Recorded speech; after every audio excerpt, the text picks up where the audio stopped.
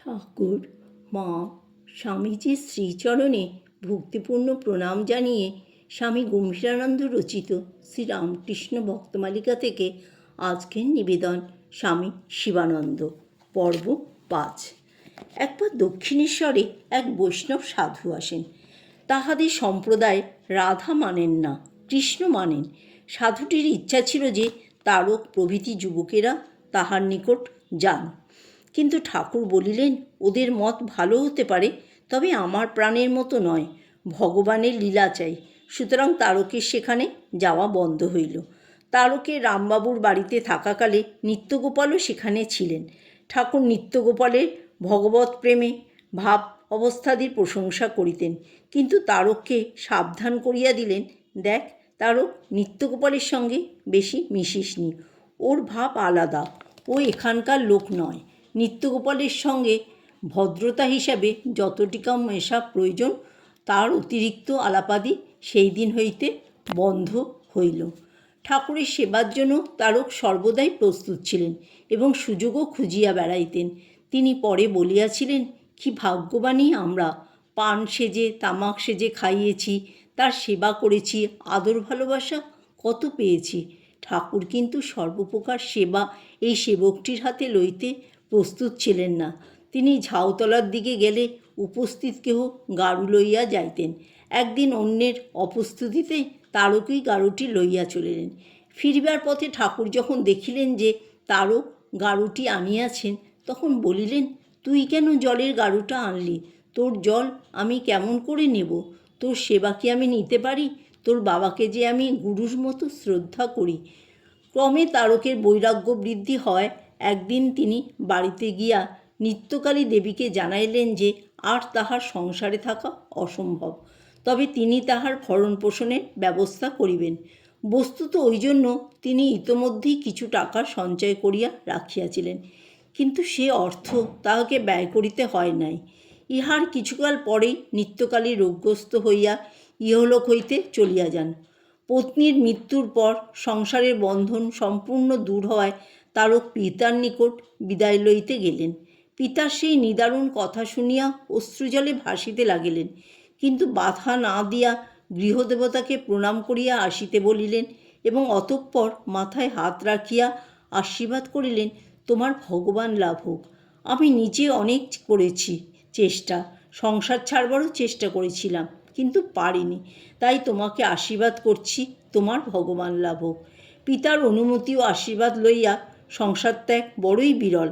তারকের সে সৌভাগ্য লাভ হইয়াছে শুনিয়া ঠাকুর বলিয়াছিলেন, খুব ভালো হয়েছে। ইহা অনুধাবন করিয়া 1883 খ্রিস্টাব্দের শেষভাগের কথা। সদ্য বন্ধনমুক্ত সন্ন্যাসী তারকনাথ কিছুদিন দক্ষিণেশ্বরে ঠাকুরের নিকট বাস করিলেন। অনন্তর একদিন ভক্তপ্রভু রামচন্দ্র দত্তকে ঠাকুর বললেন, দেখো রাম, এই তারক তোমাদের বাড়িতে থাকবে। ও সর্বদা এখানকার ভক্তদের সঙ্গে বাস করতে বড়ই উৎসুক হইয়াছে। আর তারককে বলিলেন, দেখো, তুই ব্রাহ্মণের ছেলে, তাদের অন্নটা খাসনি, আর সব খাবি। তারক রামবাবুর বাড়িতে সপাক খাইয়া ভগবানের স্মরণ মননে কালাতিপাত করিলেন। ক্ষুদ্র প্রকোষ্ঠে ভূমিসজ্জায় একাহারে সেই কঠোর তপস্যা লিখিয়া বুঝাইবার নহে। তিনি নিজে বলিয়াছিলেন, অধিকাংশ দিনই একাহার, তাও হবিষ্যান্ন। কখনো বা আলু বেগুন যা যা হয় কিছু পুড়িয়ে তা দিয়ে দুটি খেয়ে নিতাম। দেহের আরামের জন্য সময় দিতে আদৌ ইচ্ছা হতো না। কথামৃতে আছে, তারকের অবস্থা এখন অন্তর্মুখ। তিনি লোকের সঙ্গে বেশি কথা কন না। পথ চলিতে তাহার দৃষ্টি পদাঙ্গুষ্ঠ নিবদ্ধ থাকিত। একদিন ওইভাবে গঙ্গা স্নানে যাইতেছেন, এমন সময় এক পরিচিত ভদ্রলোক কথা বলিবার জন্য পশ্চাৎভাগ হইতে অগ্রসর হইলেন এবং নাম ধরিয়াও ডাকিলেন। তারকের কিন্তু হুঁশ নাই, আপন মনে চলিয়া গেলেন।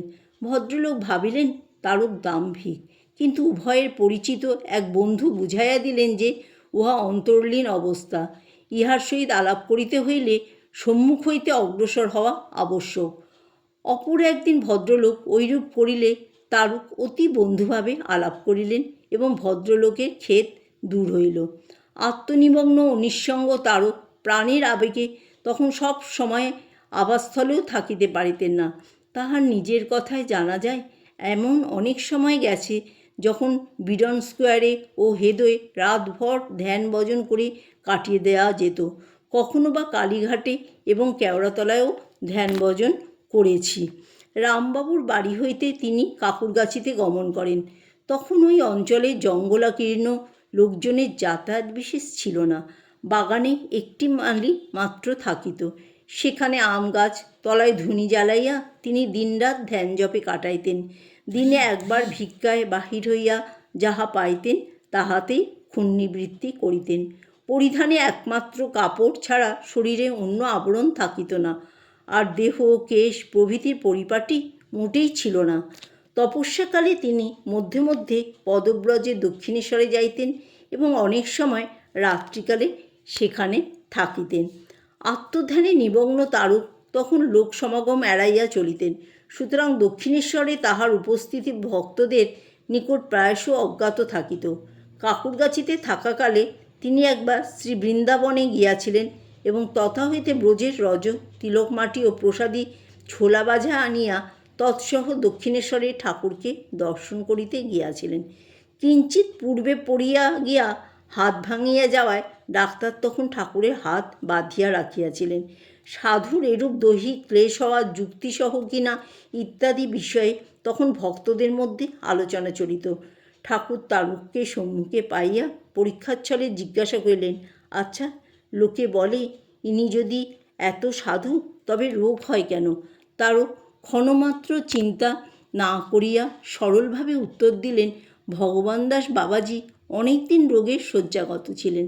কোনো দর্শন বা মতবাদ অবলম্বনে সত্যকে আবৃত করার বা স্বীয় সন্দেহকে ঢাকিবার চেষ্টা এই সরল উত্তরের মধ্যে নাই। কারণ সাধু জীবনের সহিত পরিচিত তারকের জানাই ছিল যে শরীর প্রাকৃতিক নিয়মেই চলে। রোগ হওয়া বা না হওয়ার সহিত সাধুত্বের সম্পর্ক কী? জয় ঠাকুর, জয় মা, জয় স্বামী।